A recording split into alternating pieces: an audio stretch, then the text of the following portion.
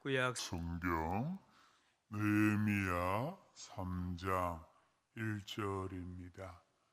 구약 성경 729쪽 느헤미야 3장 1절부터 14절까지 보겠습니다.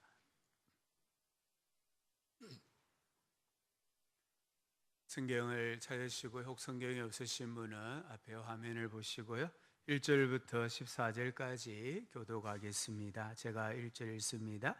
그때에 대제사장 엘리야십이 그의 형제 제사장들과 함께 일어나 양문을 건축하여 성별하고 문짝을 달고 또 성벽을 건축하여 한메아 망대에서부터 하나넬 망대까지 성별하였고 그 다음은 여리고 사람들이 건축하였고 또 그 다음은 이므리의 아들 삭굴이 건축하였으며 어문은 하스나의 자손들이 건축하여 그 들불을 얹고 문짝을 달고 자물쇠와 빗장을 갖추었고 그 다음은 학코스의 손자 우리아의 아들 무렛못이 중수하였고 그 다음은 무세사벨의 손자 베라가의 아들 무술람이 중수하였고 그 다음은 바하나의 아들 사독이 중수하였고 그 다음은 도고와 사람들이 중수하였으나 그 귀족들은 그들의 주인들의 공사를 분담하지 아니하였으며 옛문은 바세의 아들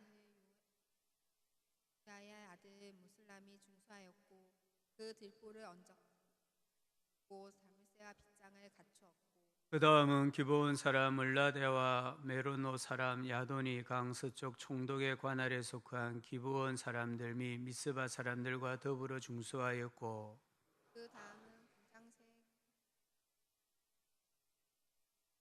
그 다음은 향품 장사 하나에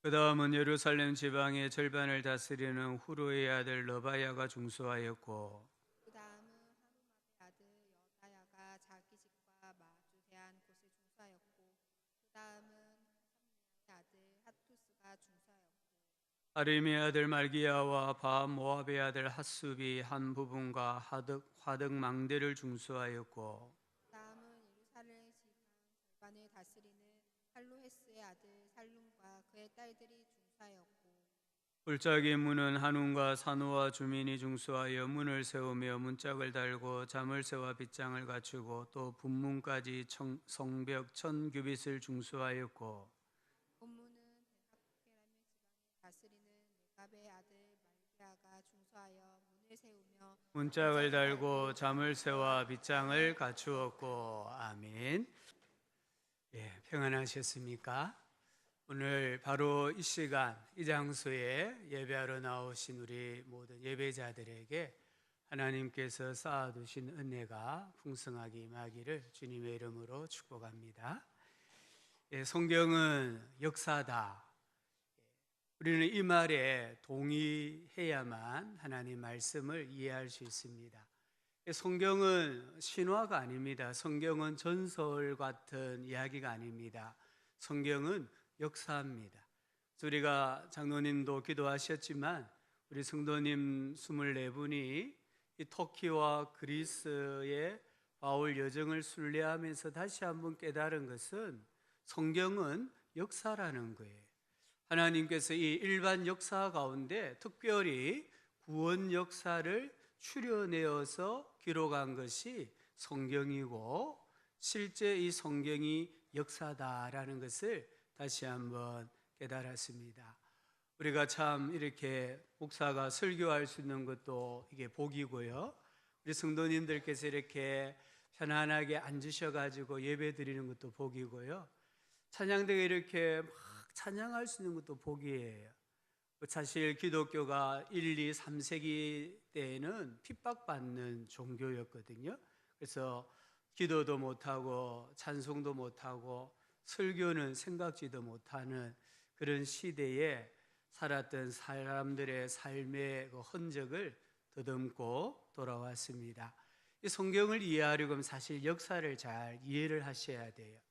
이스라엘의 통일 왕국이 사울, 다윗, 솔로몬 때까지 한 120년 정도 통일 왕국이었어요.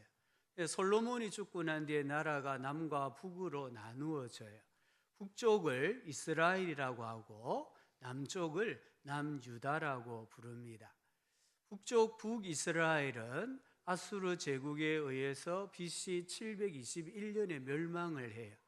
그리고 남유다는 총 3번에 걸쳐서 BC 605년, 597년, 586년 이 3차례에 걸쳐서 바벨론 제국의 느부갓네살 왕에 의해서 나라가 멸망을 합니다. 이 나라가 망할 때에 이스라엘 백성들이 그 나라 아수르나 또는 바벨론으로 포로가 되어 많이 끌려갔어요. 또 이 나라들은 아니지만 애굽이나 주변의 팔레스타인 국가로 흩어져 많은 유대인들이 살아갑니다. 이들을 가리켜서 디아스포라, 흩어진 유대인이다 이렇게 부릅니다. 하나님께서는 이 이스라엘이 멸망당하는 과정에서도 선지자 예레미야를 통해 가지고 70년이 지나면 다시 조국으로 돌아오게 해주시겠다라 약속을 주셨어요. 그 하나님의 약속에 따라서 페르시아 제국의 고레스 왕이 칙령을 내립니다. 이스라엘 백성들 중에 원하는 사람들은 다 예루살렘으로 돌아가라. 그곳에서 성전을 건축하고 하나님을 섬겨라라는 칙령을 발표해요. 이 칙령에 따라서 나라가 3차례에 걸쳐 멸망을 했는데요. 이 칙령에 따라서 포로 귀환도 3번에 걸쳐서 이루어져요. 주전 538년 스룹바벨이 인도해 가지고 1차 포로 귀환을 합니다. 그리고 주전 458년에 에스라가 인도해 가지고 포로 귀환을 해요. 그리고 주전 444년에 느헤미야가 지도자가 되어서 3차 포로 귀환을 합니다. 제가 이렇게 말씀드리는 것은 우리가 이 구약을 읽고 있지만 이 느헤미야서의 이야기는 신화가 아니라 전설이 아니라 역사적인 사건이라는 것을 강조하기 위해 말씀을 드립니다. 이 느헤미야서는 우리가 사실은 잘 읽지 않는 성경 중에 하나이기도 합니다.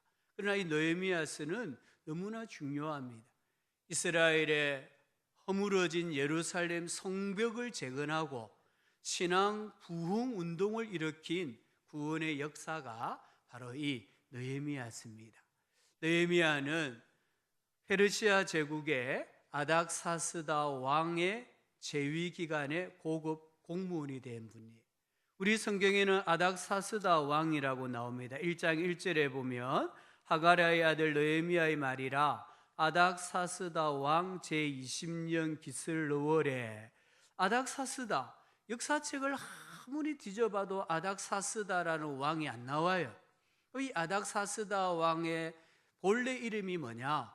아닥사스다 롱기마누스. 이게 이 사람 본명이에요. 그리고 역사책을 읽어보면 그 아버지가 크세르크세스입니다. 이 페르시아 제국을 건설한 크세르크세스예요. 그리고 이 아닥사스다 왕은 크세르크세스 2세로 역사에 기록이 되어 있습니다. 비록 이름을 다르게 기록을 했지만 이 느헤미야는 역사적인 인물이고 이 느헤미야서 성경은 역사적인 사건이라는 것을 우리가 먼저 꼭 기억을 해야 합니다. 느헤미야가 하루는 예루살렘을 다녀온 사람들을 만나서 고국의 형편을 물었습니다. 형편을 물었는데 한마디로 비참함이었습니다. 사로잡힘을 면하고 남아있는 사람들이 그곳에서 큰 환난을 당하고 능욕을 받고 있고 예루살렘 성은 허물어지고 성문들은 불탄 상태로 잿더미가 되어 있더라. 이 소식을 들었습니다. 이 소식을 들은 느헤미야는 그 자리에 주저앉아서 통곡을 합니다. 1장 4절을 보니까 내가 이 말을 듣고 앉아서 그 자리에 앉았단 말이에요. 들었던 그 자리에서 앉아서 울고 수일 동안 슬퍼하며 하늘의 하나님 앞에 금식하며 기도하였다. 느헤미야는 사실은 예루살렘에 아마 가보지 못한 사람일 거예요. 왜냐하면 그는 거기서 태어나지 않았습니다. 느헤미야는 바벨론 제국 때에 태어난 사람도 아니에요. 느헤미야는 아마 페르시아 제국 때에 태어났을 거예요. 이미 나라가 망한 지 오랜 시간이 지나서 포로지에서 태어난 사람이 느헤미야예요. 근데 이 느헤미야가 남아있는 그 고국에 남아있는 자기 백성들의 비참함을 듣고 울었다는 겁니다. 금식하면서 울었다는 거예요. 어떤 사람이 어떤 일로 눈물을 흘리느냐가 그 사람을 보여주는 증거예요. 내가 어떤 일을 가지고 눈물을 흘리느냐, 그 눈물을 흘리는 것을 보고 이 사람은 어떤 사람이고 어떤 꿈이 있고 어떤 비전이 있다는 걸 알 수가 있어요. 느헤미야는 지금 자기를 위해서 울지 않습니다. 자기 가정을 위해 울지 않습니다. 먼 고국 땅에 한 1000km 떨어지는 고국 땅에 남아있는 자기 민족, 자기 동포들의 그 애환, 아픔, 고난을 들었을 때에 울었다는 거예요. 오늘 우리 성도님들이 정말 가정을 위해서 울고 자녀들을 위해서 울고 교회와 이 나라와 민족을 위해서 눈물 흘릴 수 있는 그런 믿음의 사람들이 되실 수 있기를 주님의 이름으로 축복합니다. 이 느헤미야는 눈물만 흘린 게 아닙니다. 2장 4절과 5절에 보니까 하늘의 하나님께 묵도하고 왕에게 아뢰되 왕이 만일 좋게 여기시고 종이 왕의 목전에서 은혜를 얻어 싸우면 나를 유다 땅 나의 조상들의 묘실이 있는 성읍에 보내어 그 성을 건축하게 하옵소서. 이 느헤미야는 세상적인 꿈을 이루었을 때에 하나님의 영광을 위하여 무엇을 할까 고민했고 기도했습니다. 그리고는 하나님의 도우심으로 아닥사스다 왕의 제가와 도움으로 하나님을 위해 위대한 일을 시도합니다. 그 일은 예루살렘 성벽을 재건하는 일이었습니다. 오늘 성경을 읽으면 놀라운 사실 하나를 발견합니다. 성벽을 재건하겠다고 결심했을 때 지난 약 140년 동안 회파된 상태로 방치되어 있었던 성벽을 단 52일 만에 중수했습니다. 140년 동안 어느 누구도 꿈꾸지 못했고 어느 누구도 시도해가지고 완공하지 못했던 그 무너진 예루살렘 성벽을 단 52일 만에 중수하고 완공하고 하나님께 헌당을 했다는 거예요. 시작은 어렵지만 시작하면 하나님이 이루어 주시는 줄 믿습니다. 마귀가요, 오늘 우리들에게 끊임없이 속삭이는 말이 뭐냐면요, 할 수 없다는 거예요. 시작할 수 없다는 거예요. 그래서 시작하는 것을 어렵게 만들어요. 자꾸만 우리 귀에 작심삼일이라는 단어를 들려줘요. 작심삼일 맞습니다. 오늘 결심하면요 한 3일 정도는 가는데 그 다음에 또 없어져요. 근데 하나님은 뭐라고 하십니까? 작심삼일 해라는 거예요. 3일째 되면 또 작심해라는 거예요. 3일째 되면 또 작심해라는 거예요. 그러다 보면 일평생 내가 꿈을 가지고 비전을 가지고 목표를 가지고 살아가고 시작할 때에 하나님이 도와주신다라고 말씀하고 있습니다. 우리 성도님들 꿈이 있습니까? 비전이 있습니까? 우리 성도님들 가정에 어떤 꿈이 있고 계획이 있습니까? 시작하시기 바랍니다. 기도하고 시작하면 하나님이 능히 이루어 주시는 줄 믿습니다. 이 느헤미야서는요 사실 기록의 책이에요. 그래서 우리가 이 성경을 읽다가 느헤미야서에 오면 딱 부딪히고 말아요. 왜냐하면 너무 많은 사람들 이름이 나와요. 6개의 사람 명부가 나오는데요 3장, 7장, 10장, 11장, 12장에는 2분의 사람 이름이 나와요. 이 중에 가장 중요하고 우리에게 감동을 주는 것은 3장입니다. 우리가 알기로 3장에는 성벽 재건 공사에 헌신한 사람들의 명단이 나옵니다. 이 3장은 함께가 힘이다, 하나가 힘이다라는 것을 우리에게 들려주고 계십니다. 불가능의 반대말은 가능이 아니라 함께하는 것이다, 연합하는 것이다라고 들려주고 계십니다. 하나님의 일에 누가 연합해야 합니까? 누가 함께해야 합니까? 하나님의 종들입니다. 오늘 느헤미야가 이스라엘 백성들에게 야 이제 일어나서 저 무너진 성벽을 건축하자 이렇게 말하지 않습니다. 느헤미야가 이스라엘 백성들을 공사 현장으로 인도하기 위해서, 이끌어내기 위해서 가장 먼저 힘써서 했던 일은 우리는 누구인가입니다. 우리는 누구인가? 오늘 이 포로지에서 태어나고 포로지에서 자라고 살아가는 1.5세대들, 2세대들, 이 유대인들은 누구인가? 이 자기 정체성, 자아상을 회복을 하고 있습니다. 오늘 예배하러 오신 우리 성도님들, 여러분은 여러분을 누구라고 생각하십니까? 나는 누구이기에 오늘 하나님께 나와서 예배를 드리고 기도를 드리고 예물을 드리고 하나님 말씀을 받고 있느냐는 거예요. 이게 중요합니다. 오늘 1장 10절 한번 보실래요? 1장 10절에 느헤미야의 기도입니다. 기도 중에 이렇게 말합니다. 이들이 누굽니까? 지금 이 포로지에서 태어나고 자라고 있는 1.5세대, 2세대 유대인들을 가리키는 거예요. 이들은 주께서 일찍이 큰 권능과 강한 손으로 구원하신 주의 무엇이라고 했습니까? 종들이요. 주의 무엇이라고 합니까? 백성이니다. 지금 포로지에서 살아가고 있지만 우리는 주님의 종들입니다. 우리는 주님의 백성들입니다라고 정체성을 분명하게 하는 것을 볼 수가 있습니다. 그리고 2장 17절에 가보면은 느헤미야가 이렇게 말합니다. 끝에 보면은 예루살렘 성을 건축하자, 예루살렘 성을 건축하여 다시 수치를 당하지 말자. 그러면서 2장 20절, 우리 2장 20절 같이 한번 읽어볼까요? 내가 그들에게 대답하여 이르되 하늘의 하나님이 우리를 형통하게 하시리니 그의 종들인 우리가 일어나 건축하려니와 오직 너희에게는 예루살렘에서 아무 기업도 없고 권리도 없고 기억되는 바도 없다 하였느니라. 아멘. 여기 보면 예루살렘 성벽을 건축할 수 있는 사람이 누구냐? 중간 부분에 그의 종들인 우리가 일어나 건축하려니와. 이 이스라엘 백성들을 가리켜서 하나님의 종들이라고 합니다. 하나님의 종들만이 하나님의 일을 할 수가 있습니다.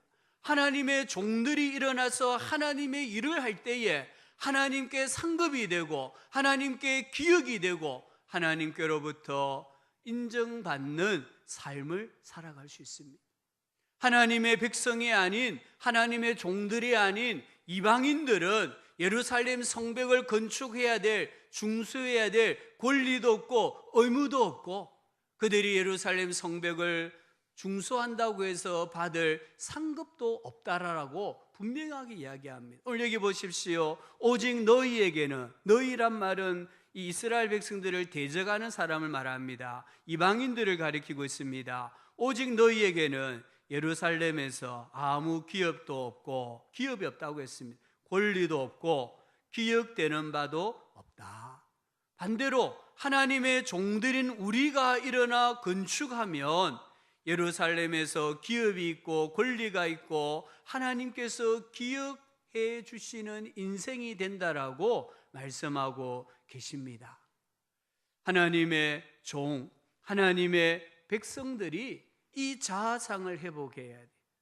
내가 하나님의 종이다, 내가 하나님의 백성이다 라는 자아상을 회복할 때에 주님의 일에 관심을 가지게 되고 주님의 일에 헌신하게 되고 그럴 때 주님이 우리를 기억해 주시는 인생이 된다는 것을 꼭 믿으시기를 바랍니다. 이 자아상을 회복했을 때 지난 140년 동안에 엄두도 못 내었던 예루살렘 성벽을 단 52일 만에 중수하여 완공하고 헌당하는 기적이 일어났다라고 6장 15절을 읽어보면 말씀하고 계십니다. 이 느헤미야서 3장은 75명의 이름이 기록되어져 있습니다. 왜 하나님께서는 이들의 이름을 일일이 다 기록을 하셨을까요? 하나님은 우리에게요, 하나님 일을 하는 법칙을 말씀하는 거예요. 교회 일을 하는 법칙을 말씀하시는 거예요. 하나님이 일을 하는 법칙 중에 가장 중요한 것은 노블레스 오블리주의 법칙입니다. 조금 어려운 말인데요, 이탈리아 사회학자 빌 프레도 파레토라는 분이 개미들을 관찰을 했어요. 개미들을 관찰해 보니까 개미가 만약에 100마리라고 하면 20마리는 열심히 일을 해요. 근데 80마리는 놀고 있었어요. 이 20마리를 따로 떼어 놓아서 관찰해 보니까 20마리 중에서 또 20%는 열심히 일을 하는데 80%는 또 놀고 있었어요.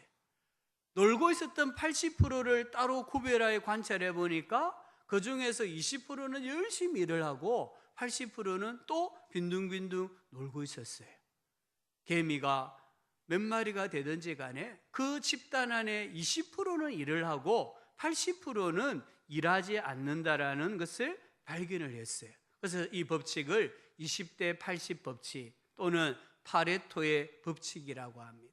이 사회의 정치나 경제나 문화나 모든 영역에 이 법칙이 적용된다라고 사회학자들은 이야기합니다. 그러나 교회에는, 하나님의 나라에는 이 20대 80의 법칙이 적용될 수가 없습니다. 오늘 성경을 읽어보십시오. 교회 안에 일관되게 나타나는 법칙이 있다고 한다면 노블레스 오블리주입니다. 이 말은 부릅니다. 이 노블레스 오블리주란 말은 부와 권력과 명성은 사회에 대한 책임과 함께 해야 한다는 뜻입니다. 내가 부가 있고 권력이 있고 명성이 있다면 사회에 그에 걸맞는 행동을 해야 되고 기여를 해야 한다는 의미예요. 오늘 성경의 이 느헤미야 공동체, 또 신약 성경에 나오는 예루살렘 공동체에는 이 노블레스 오블리주의 정신이 처음부터 끝까지 작용하고 있는 것을 볼 수가 있습니다. 오늘 3장 1절을 한번 보시기 바랍니다. 그때에 대제사장 엘리야십이 그 형제 제사장들과 함께 일어나 양문을 건축하여 성별하고 문짝을 달고, 그때에 어떤 때입니까? 자, 우리가 예루살렘 성을 건축하여 다시 수치를 당하지 말자라고 느헤미야가 선포했을 때입니다. 그때에 누가 가장 먼저 일을 하기 시작합니까? 대제사장 엘리야십과 그의 형제 제사장들입니다. 제사장 그룹이 가장 먼저 성벽을 건축하는 일에 발벗고 나선 것을 볼 수 있습니다. 백성들에게 존경받는 지도자들이 가장 먼저 발벗고 나서서 가장 어려운 부분, 가장 중요한 부분을 맡아 공사하고 있는 모습을 보여줍니다. 그러자 모든 사람이 동참을 합니다. 2절부터 보면 저는 그 다음은 이 단어가 가장 위대한 단어라고 생각해요. 그 다음이라는 단어가 계속해서 나옵니다. 제사장의 바통을 이어받아 그 다음은 여리고 사람들이 건축합니다. 여리고 사람들의 바통을 이어받아 그 다음은 삭굴이 건축합니다. 삭굴의 바통을 이어받아 그 다음은 또 누군가가 건축합니다. 그래서 32절에 가보면 예루살렘 성벽 전체가 다 중소되고 완공되는 것을 보여주고 있습니다. 9절부터 17절을 읽어보면 관리들이 솔선수범해서 이 성벽 공사에 동참합니다. 그 중에 우리 14절 한번 보실래요? 14절을 보면 베낫게렘 지방을 다스리는 레갑의 아들 말기야가 나오는데, 이 말기야가 분문을 중수했다고 했습니다. 분문은 똥문입니다. 똥문. 하수 종말 처리장과 같은 곳을 말하는 거예요. 그 들어온 곳을 최선을 다해서 온전하고 튼튼한 문으로 만들었다는 거예요. 더럽기 때문에 이 똥을 치우는 그런 문이 나가는 곳이기 때문에 더럽게 만들어 놓은 것이 아니라 더 깨끗하고 더 온전하게 문을 만들었다라는 말입니다. 대부분의 사람들은요, 다른 사람에게 집중받기를 원해요. 내가 일을 해놓으면 다른 사람이 인정해주고 그 일에 대해서 칭찬해주기를 원해요. 하지만 말기야는 부유한 관리의 아들이면서도 이름 없이 빚도 없이 더럽고 하찮은 일을 최선을 다해서 하고 있는 모습을 보여주고 있습니다. 교회에서, 가정에서 누가 노블레스 오블리주를 실천해야 되겠습니까? 우리 가정에서는요, 부모예요. 부모가 먼저 솔선수범해서 가족을 위해 헌신할 때에 그 가정이 바로 서게 되는 겁니다. 교회에서는 누가 노블레스 오블리주를 실천해야 됩니까? 저는 이렇게 생각합니다. 하나님을 만난 사람입니다. 진짜 하나님을 만난 사람은요, 주님의 몸인 교회를 위해서 헌신하게 되어 있습니다. 하나님께 은혜를 많이 받은 사람입니다. 내가 하나님께 은혜를 많이 받았는데 빈둥빈둥 놀고 있다고 하면 그 은혜를 헛되이 받은 거예요. 하나님께 복을 많이 받은 자입니다. 신앙심이 깊은 자입니다. 우리 교회 한 주라도 다른 분보다 먼저 등록하셔서 신앙생활하는 분들이 노블레스 오블리주를 실천해야 되는 겁니다. 교회 직분을 맡은 자들입니다. 주님은요, 우리에게, 어떤 사람에게서는 많은 걸 요구합니다. 어떤 사람에게는 적은 걸 요구합니다. 어떤 사람에게 주님이 많은 것을 요구하실까요? 어떤 사람에게 더 많은 충성과 헌신과 섬김을 요구하실까요? 하나님을 만난 자예요. 하나님이 은혜를 베풀어 주신 자예요. 내가 하나님께 복을 받았다라고 생각하는 사람이에요. 내가 저 사람보다는 믿음이 조금이라도 더 깊다고 생각하는 사람에게는 주님이 반드시 더 많은 충성을 요구하시고, 더 많은 헌신을 요구하시고, 더 많은 섬김을 요구하십니다. 누가복음 12장 48절에 뭐라고 말씀했습니까? 무릇 많이 받은 자에게는 많이 요구할 것이요, 많이 맡은 자에게는 많이 달라 할 것이니라. 예수님의 말씀입니다. 교회가 정말 죄송하게도 관리인이 지금 없어서 우리 성도님들 예배당에 오시면 조금 더러운 부분이 보일 수도 있어요. 먼지가 쌓여있는 부분도 보일 수가 있습니다. 참 죄송하게 생각하고요. 그럼에도 불구하고요, 이렇게 교회가 관리가 되고 청소가 되는 것은 우리 성도님들 중에 일부지만, 소수지만 화장실을 청소해 주시는 분이 계시고요, 이 본당을 청소해 주는 분이 계시고요, 계단을 청소해 주는 분이 계시고, 음식 쓰레기를 버려주는 분이 계시고, 버려진 음식 쓰레기 통을 갖다 놓는 분이 계시고요, 쓰레기를 분리수거하고 요일에 맞춰서 내놓는 분들이 계시기 때문에 교회당이 그래도 부족하지만, 완전하진 않지만 관리가 되고 청소가 된다고 저는 생각을 합니다. 이런 분들이 진정한 하나님의 은혜를 받은 사람들입니다. 교회에서 진짜 받은 은혜에 합당하게 살아가는 성도들이라고 생각합니다. 우리 모두가 내가 정말 믿음이 좋다고 생각합니까? 내가 진짜 하나님 만났다고 생각합니까? 주님의 교회에, 여러분의 가정에 있어서, 직장에 있어서 이 노블레스 오블리주의 정신을 꼭 실천하실 수 있기를 바랍니다.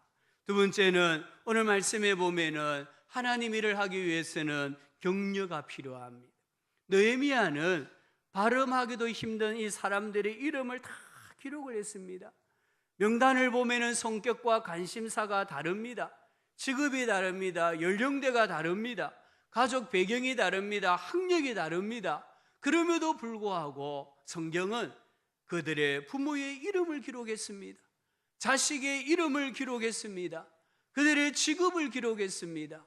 그들이 헌신해서 수고했던 구역을 일일이 다 기록을 하고 있습니다. 무엇 때문일까요? 하나님의 일을 했기 때문입니다. 다 다르지만 공통점은 하나님의 일을 했기 때문입니다.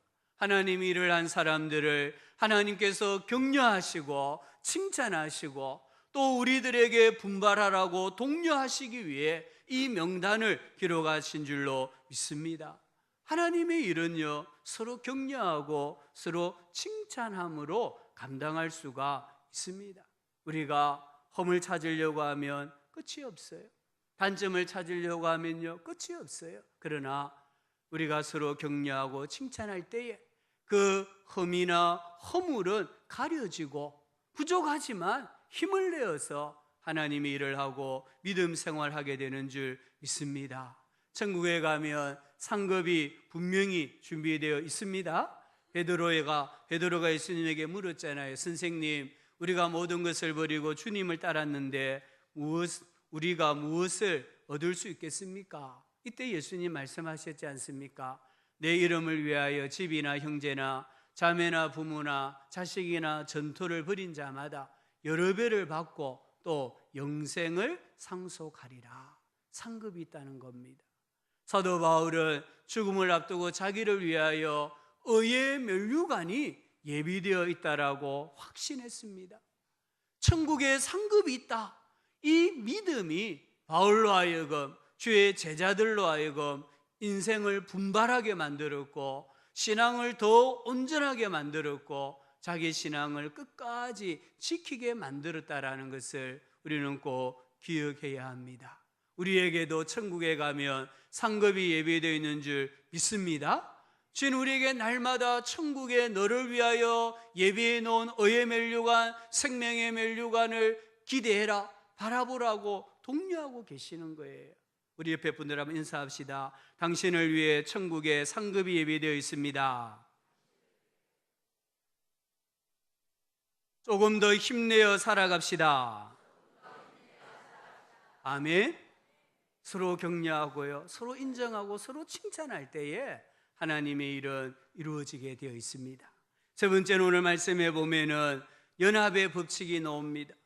대개 성건축 사업은 국가 사업이에요. 왜냐하면 돈이 많이 들어가고 노동력이 풍부해야 할 수 있기 때문이에요. 근데 느헤미야는 75명의 사람을 가지고 그것도 단 52일 만에 예루살렘 성벽을 재건했다는 거예요. 그 원동력이 무엇이겠습니까? 함께라는 단어입니다. 함께함입니다. 2절부터 읽어보면 매 절마다 나오는 단어가 그 다음은 이라는 이 단어는 함께 한단 말입니다. 연합한다는 것을 말합니다. 혼자 힘으로는 할 수 없는 일이지만 그 다음은 누군가가 할 때에 공동체가 그 일을 이루어냈다라는 의미입니다. 3장 12절 한번 보시길래요. 여기 12절에 보면은 그 다음은 예루살렘 지방 절반을 다스리는 할로헤스의 아들 살룸과 그의 딸들이 중수하였고 가족 전체가 함께 했습니다. 여기 할로헤스 아마 아버지도 했는지 몰라요. 근데 그의 아들 살룸이 나오잖아요. 그리고 살룸의 딸들, 여기 딸들이 나왔다면 아들들은 당연하다는 말입니다. 살룸과 그의 아들들과 딸들이 이 성벽을 중수하는 일에 하나가 되었다, 함께 했다라고 기록하고 있습니다. 23절을 읽어보니까 베냐민과 핫숲이 나옵니다. 이 두 사람은 한 형제입니다. 학자들은 독신 남성들이었다라고 생각합니다. 아직 결혼하지 않은 이 독신 형제가, 두 형제가 합해가지고 이 성벽을 건축하는 일에 헌신했다는 겁니다. 29절에 보면은 서마야가 나오는데 그를 가리켜서 문직이라고 했습니다. 성문직입니다. 오늘날로 말하면은 경찰관입니다. 치안을 담당하는 경찰관입니다. 이 경찰관도 함께 해가지고 주님의 성벽을 건축하는 일에 동참했다는 겁니다. 8절과 31절, 32절에 보면은 금장색들과 향품 장사가 나옵니다. 이 금장색과 향품 장사는요, 손으로 먹고 사는 사람들이에요. 요즘은요, 자기 손으로 뭘 하는 사람, 이 손가락을 하나하나씩 다 보험에 드는데요. 보험에 가입해 놓고 일을 한대요. 이 금장색 향품 장사들이 일을 하다가 손에 피가 나서 흉터가 생기고 피부가 벗겨지고 감각이 무뎌지면 더 이상 일을 할 수가 없어요. 그런데도 이들이 자원해 가지고 성벽을 건축하는 일에 피를 흘리고요, 이 살이 벗겨지고 감각이 무뎌지더라도 일하고 있는 모습을 보여주고 있습니다. 하나님의 일을 할 때 중요한 것은 함께입니다. 연합입니다. 모래, 자갈, 시멘트, 철근은 각각 떨어져 있으면은 집을 지을 수가 없습니다. 그러나 거기에 물이 들어가면 연합하게 되고 함께해서 건물을 떠받치는데 50년, 100년 이상 떠받치는 겁니다. 교회도 모든 성도들이 함께 할 때, 가정에서 우리 가족들이 함께 할 때 목표를 이룰 수가 있고 하나님의 일을 힘있게 할 수 있는 줄 믿습니다. 또 한 가지 오늘 이 말씀에 보면 중요한 법칙이 하나 있는데요. 한번 따라 하실래요? 은혜의 법칙. 하나님의 은혜는요, 우리로 하여금 구원을 주셔요. 또 하나님의 은혜는 우리로 하여금 살게 하세요. 하나님의 은혜는 우리로 하여금요, 더 많이 수고하게 해주십니다. 더 많이 수고하는 분들 보면요, 은혜 받는 분이, 교회에서 수고하지 않는 분, 신앙생활에 열심히 없는 분 들여다보면 은혜를 못 받는 분들이, 가정에서 누가 부모에게 더 잘합니까? 부모 사랑을 많이 받은 자녀예요. 하나님의 일도 마찬가지입니다. 하나님 은혜가 내게 임하면 다른 사람들보다 더 많이 수고하게 되어 있어요. 오늘 13절에 보면은 누가 나옵니까? 한운이 나오고 산호와 거민들이 나옵니다. 이 한운과 산호와 거민들이 성벽 450m를 중수했다고 했습니다. 성벽 450m를 쌓았다는 거예요. 엄청난 수고와 헌신을 했다라는 말입니다. 또 오늘 이 말씀에 보면은 성벽 재건 공사에서 2배로 일한 사람들이 나와요. 4절과 21절에 보면 무레못이 나옵니다. 8절과 30절에 하나냐가 나옵니다. 4절과 30절에 무술람이 나옵니다. 2번 기록되었다는 것은 2번 일했다란 말이에요. 자기 몫을 하고 더 열심을 내어서 또 다른 몫을 감당했다라는 그런 의미입니다. 33장 20절에 보면 또 누가 나옵니까? 삽배의 아들 바룩이 한 부분을 힘써 중수하였다. 모든 사람은 그냥 중수하였댔는데 이 바룩을 가리켜서는 힘써 중수하였다라는 표현을 쓰고 있습니다. 모두 다 수고했습니다. 헌신했습니다. 근데 느헤미야의 눈에 딱 들어온 사람이 누구냐? 바룩이라는 거예요. 바룩이 일을 하는데 너무 열심히 한다는 거예요. 너무 힘써 한다는 거예요. 우리 성도님들, 한 분뿐인 인생입니다. 기왕의 주를 위해 사는 인생, 하나님의 눈에 쏙 드는 그런 인생이 되기를 주님의 이름으로 축복합니다. 예배를 드려도요, 기도 생활을 해도요, 봉사를 해도요, 크고 작은 걸 떠나서 주님이 보실 때 너 정말 힘쓰구나, 애쓰구나, 내가 기억할게, 이런 말씀, 음성을 들을 수 있는 우리 성도님들 되시기를 주님의 이름으로 축복합니다. 3장 26절에 보면 한번 보십시오. 그게 갈호 부분이죠. 이 갈호 부분에 느디님 사람이 나와요.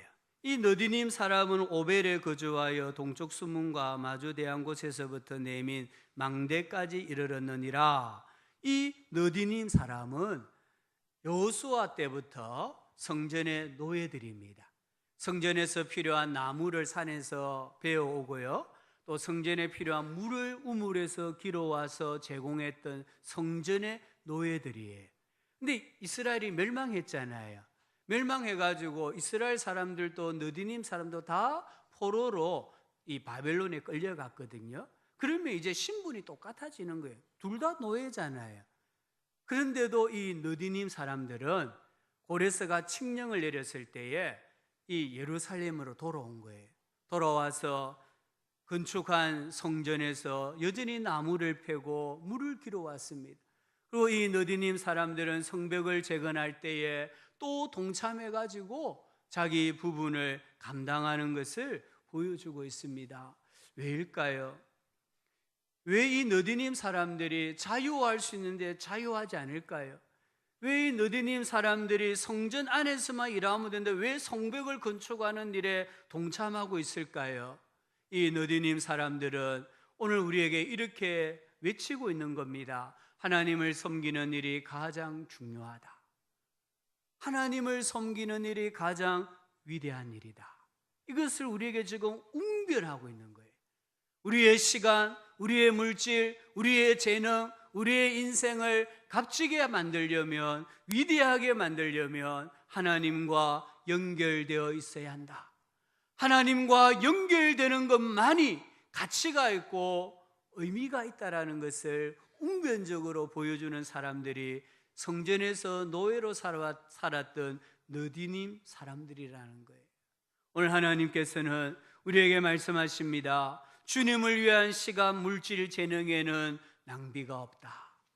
주님의 몸인 교회와 성도들을 위하여 드리는 시간, 물질, 재능에는 낭비가 없다. 선교하고 전도하고 구제하는 일을 위한 시간과 물질과 재능에는 낭비가 없다. 하나님께서 다 의미를 부여해 주시는 줄 믿습니다. 하나님께서 그 가치를 영원하게 해주시는 줄 믿습니다.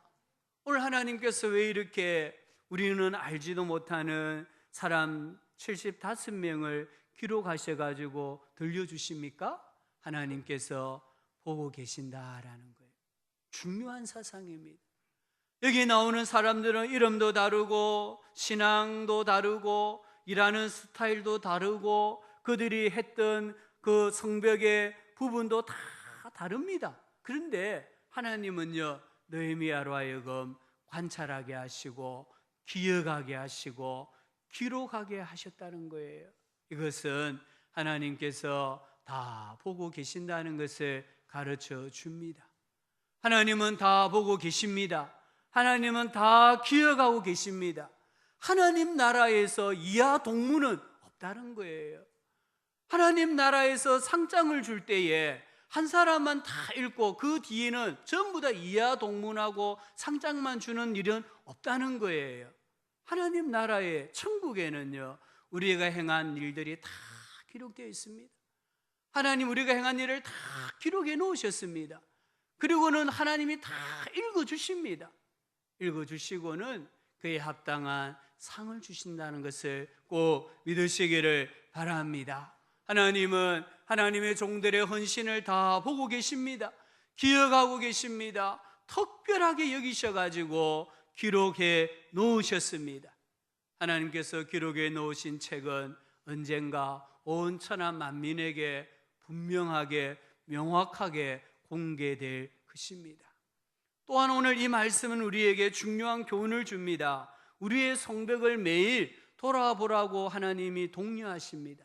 여기 중수하다 이 말은 강하게 하다, 견고하게 하다라는 뜻이에요. 근데 이 단어는요, 처음부터 새로 지어서 강하게 하다 그 뜻이 아니라 보수하다 이런 뜻이에요. 보수하다. 이미 무너진 성벽을 다시 쌓는 것을 말하는 단어예요. 하나님은 느헤미야서를 통해서 오늘 우리에게 도전하십니다. 너가 속해 있는 공동체의 성벽이 안전하냐? 지금 이 나라와 민족의 성벽이 안전하냐는 거예요. 우리 교회라는 성벽이 안전하냐? 우리 가정을 지키는 울타리가 안전하냐? 부모의 자리에 울타리가 안전하냐? 자녀의 자리가 안전하냐? 하나님은 우리에게 지금 돌아보라고 도전하고 계시고 독려하고 계시는 거예요. 내가 받은 직분의 그 자리를 지킬 수 있는 성벽이 안전하냐는 거예요. 하나님 앞에 내 신앙을 지킴에 있어서 성벽이 있는데 그 성벽이 무너져 있지는 않은지 날마다 자기 자신을 돌아보라고 주님이 지금 도전하고 계십니다. 우리 성도님들 중에 예배의 자리가 무너졌습니까? 기도의 자리가 무너졌습니까? 다시 중수하셔야 됩니다. 우리 성도님들 중에 섬김의 자리, 헌신의 자리가 무너졌다고 하면 오늘 이 말씀을 통해서 그 성벽을 다시 세워가야 돼요. 내 눈에 눈물이 말랐다고 하면 하나님 앞에서 흘릴 수 있는 눈물을 달라라고 기도하셔야 돼요. 그럴 때 우리는 이 말씀이 오늘 우리에게 의미가 있고 하나님이 들려주시고자 하시는 음성을 들을 수가 있습니다. 새들을 보면 참 신기한 게 많아요. 근데 이 새들을 볼 때 제가 생각할 제일 신기한 게 뭐냐 하면요, 새들이 철을 따라 이동을 하는데 그 작은 새들이 어떻게 수천 킬로미터를 이동해서 새로운 보금자리를 찾는가 생각해 보면 이해는 안 되지만 참 신기해요. 기러기떼를 잘 관찰해 보시면요, 이 기러기떼가 먼 거리를 이동할 수 있는 비결을 알 수 있다고 해요. 먼저 이 기러기떼는요, 다른 새들도 그렇지만 V자 대형으로 날아간다고요. 이렇게 일렬로 날아가는 게 아니라 V자를 만들어서 날아간다고 해요. 그럴 때에 71%더 멀리 날아갈 수 있고요. 또 바람의 저항을 덜 받는다고 해요. 두 번째 관찰해 보면 뒤따라가는 새들이 막 운다고 해요. 이 V자형인데 이 뒤에 있는 V자형을 이루는 이 꼬리 부분에 있는 새들이 막 소리내서 운다고 해요. 그 울음소리는요, 제일 앞에 날아가는 새를 격려한다는 거예요. 너 때문에 우리가 지금 쉽게 날아가고 있다. 조금만 더 힘을 내달라고 격려하는 거래요. 세 번째 관찰은요, 제일 앞에 날아가는 새가 지치면은 제일 뒤로 온대요. 그리고 그 다음 새가 제일 앞에서 날개짓을 한다는 거예요. 그리고 마지막으로 이 비행을 하다가 한 마리 새가 날개에 힘이 빠져서 떨어지면 다른 두 마리 새가 같이 머물러 준대요. 그래서 그 새가 다시 회복을 하면은 다음 기르기 때에 합류해 가지고 날아간다고 해요. 이것을 오늘 성경 말씀으로 표현하면 함께함입니다.